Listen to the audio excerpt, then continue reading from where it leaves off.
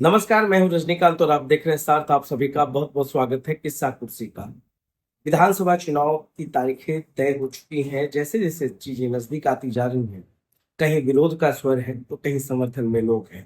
जदयू के अंदर ऐसा घमासान क्यों मचा हुआ है कि नीतीश कुमार के सबसे सेफ गढ़ हरनौत में विरोध स्वर फूटने लगा है, और विरोध करने वाले कोई और नहीं है बल्कि उनके साथ साथ कदम से कदम मिलाकर चलने वाले उनके कार्यकर्ता हैं। आज जहां मैं बैठा हूं, ये हरनौत विधानसभा है। हरनौत विधानसभा काफी प्रेस्टिजियस माना जाता है। नीतीश कुमार का गढ़ है, नीतीश कुमार से काफी कुछ जुड़ा हुआ है। हरनौत का मतलब ही नीतीश कुमार माना जाता है। ऐसे में विरोध का स्वर उठना एक बहुत ही बड़ा संदेश की ओर इशारा कर रहा है। मगर आज जानने की कोशिश करेंगे 85 से लेकर अब तक नीतीश कुमार के साथ चलने वाले संजय कांत जी से कि आखिर ये विरोध क्यों है। और सबसे पहले तो मैं स्वागत करता हूँ संजय कांत जी। सवाल स्वागत है। सवाल बहुत ही छोटा सा है मगर काफी बड़ा है। कल तक नीतीश कुमार के साथ रहने वाले संजय कांत जी आज नाराज हो। टिकट नहीं मिला इसलिए नाराज हो, यह प्रत्याशी का चयन उससे दुखी है। देखिए, टिकट नहीं मिला इसकी नाराजगी नहीं है। नाराजगी इस बात की है कि यहाँ से 450 कार्यकर्ता आदरणीय नेता नीतीश कुमार जी से मिले और यहाँ की समस्याओं के विषय में बताया कि लगातार जो यहाँ से विधायक बनते आ रहे हैं, आदरणीय हम सबों के कार्यकर्ताओं के गार्जियन रहे हैं हरिनारायण बाबू, आज भी हमारे लिए वो गार्जियन शुरू किए हैं, वो चुनाव लड़ने से असमर्थता जता हरनौत विधानसभा के सभी पंचायतों उन्होंने पंचायत अध्यक्षों के साथ बैठक की और उन्होंने कहा कि हम इस बार चुनाव नहीं लड़ेंगे और इस बार चुनाव हमारे बेटा अनिल जी लड़े। तो इस बात की खासी चर्चा कार्यकर्ताओं में हुई। बहुत से साथी हमारे पास आए और उन्होंने कहा कि आज तक आपने पार्टी की सेवा की है, पार्टी से कुछ लिया नहीं है, पार्टी को दिया है और पार्टी के लिए इतना किया है, तो आप क्यों नहीं आदरणीय नेता नीतीश कुमार जी से दरख्वास्त करते हैं कि हम भी चुनाव लड़ना चाहते हैं। तो मैंने जनता के और कार्यकर्ताओं की मांग पर मैंने भी आवेदन लगाया कि हमें भी संवैधानिक पद पर रह के समाज के बीच में समाज की सेवा करने का अवसर दिया जाए। विचारणीय विषय में गया, लोग विचार भी कर रहे थे, बहुत अच्छी विचार हो भी रही थी। इस बार हरिनारायण बाबू स्वतः घोषणा कर चुके हैं चुनाव नहीं लड़ेंगे, तो अच्छी बात है, कार्यकर्ताओं को मौका मिलना चाहिए। कार्यकर्ताओं में काफी उत्साह था।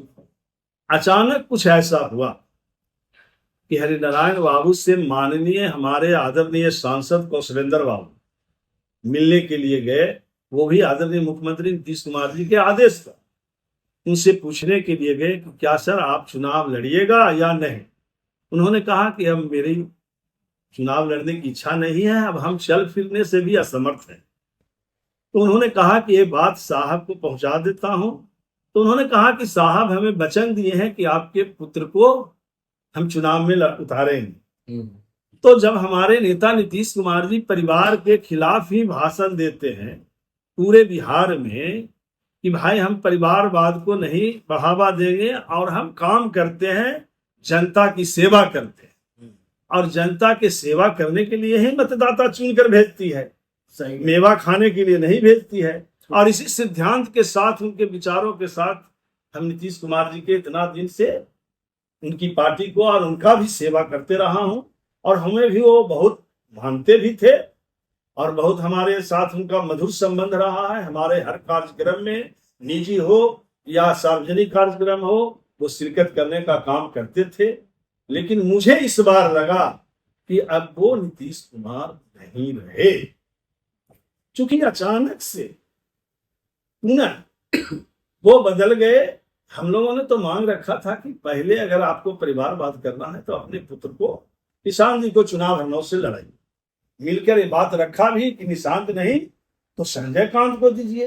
उन्होंने विचार करने का आश्वासन दिया, इस बार बदलाव होगा।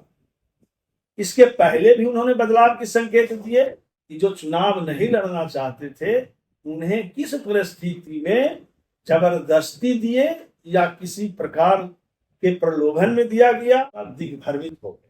कहीं ऐसा तो नहीं है संजय कांत जी कि धर्म संकट में पड़ गए हो, बेटा को नहीं देना चाहते हो? तो ऐसी परिस्थिति में तो वो स्वतः घोषणा कर चुके थे आदरणीय हरिनारायण बाबू कि हम चुनाव नहीं लड़े। तो ये परिस्थिति क्यों उत्पन्न हुई? कार्यकर्ता नहीं है क्या? 20 साल से हमारे नेता नीतीश कुमार जी सरकार में हैं, सरकार हमारी चल रही है। आप देख लीजिए, हम नालंदा जिला के कार्यकर्ता आज तक न किसी निगम में, न किसी बोर्ड में, किसी भी सरकार के संबंधित संस्थाओं में यहाँ का समता पार्टी कालीन का कोई कार्यकर्ता साथी आज तक काबिज नहीं है। हम तो गर्व के साथ कहते हैं कि हम राजनीति में हरिनारायण बाबू से इस पार्टी में पुराने हैं, स्थापना काल से पुराने हैं। मैं तो कई बार उनके समक्ष भी मंच पर से भी कहा कि जहां तक कार्यकर्ताओं की पुराने और नए की बात होती है, तो मैंने कई बार कहा है कि मैं आदरणीय गार्जियन हरिनारायण बाबू से पुराना हूं। चूंकि जब समता पार्टी की गठन हुई थी तो वो उस समय कृषि राज्य मंत्री जनता दल में थे, ये लालू जी के साथ थे। जब नीतीश जी जिस परिस्थिति में जनता दल त्याग कर समता पार्टी का गठन किया था, तो हम ही गिने चुने कुछ लोग थे, कुछ लोग गुजर गए। इस पार्टी को यहां तक खड़ा करने में, एक एक ईंट जोड़ने में, ईंट ढोने का काम किया, मसाला लगाने का काम किया। अब क्या करेंगे संजय कांत? विरोध करेंगे या चुनाव लड़ेंगे? नहीं, मैं तो चुनाव नहीं लड़ूंगा। मैं राजनीति में एक ही उद्देश्य से हूं, समाज के बीच रह के समाज की सेवा करना। मेरा चुनाव लड़ने का कोई दूर दूर तक संभावना नहीं है। अगर नेता नीतीश कुमार जी ने हम पर विश्वास नहीं किया, भरोसा नहीं किया, तो मैं चुनाव नहीं लड़ूंगा। लेकिन मैं समाज के साथ, मतदाता के साथ हूं, कार्यकर्ताओं के साथ हूं। उनकी एक ही मांग है, और उन्होंने मुख्यमंत्री के समक्ष एक मांग रखी थी कि यदि आप हरनौत विधानसभा से कैंडिडेट नहीं बदलते हैं, उन्हीं को पुनः देते हैं, उनको या उनके पुत्र को, तो हम लोग उनको हराने का काम करेंगे। इस तरीके से तो फिर नीतीश कुमार के हाथ को आप कमजोर करेंगे ना। अब तो चुनाव भी नहीं लड़ेंगे। क्या जयप्रकाश नारायण जी या गांधी जी ने चुनाव लड़ा था क्या? लेकिन समाज में जो बुराइयां थी उसको दूर करने के लिए संघर्ष किया था। मैं समाज के बीच रह के, रजनीकांत बाबू, मैं आपको 2 बातें स्पष्ट कर देना चाहता हूं।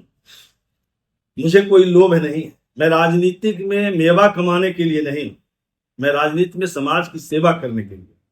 ठीक है। अगर समाज के लोग कहेंगे कि आपको लड़ना है, मतदाता कहेंगे लड़ना है, तो मैं व्यक्तिगत रूप से निर्णय लूंगा।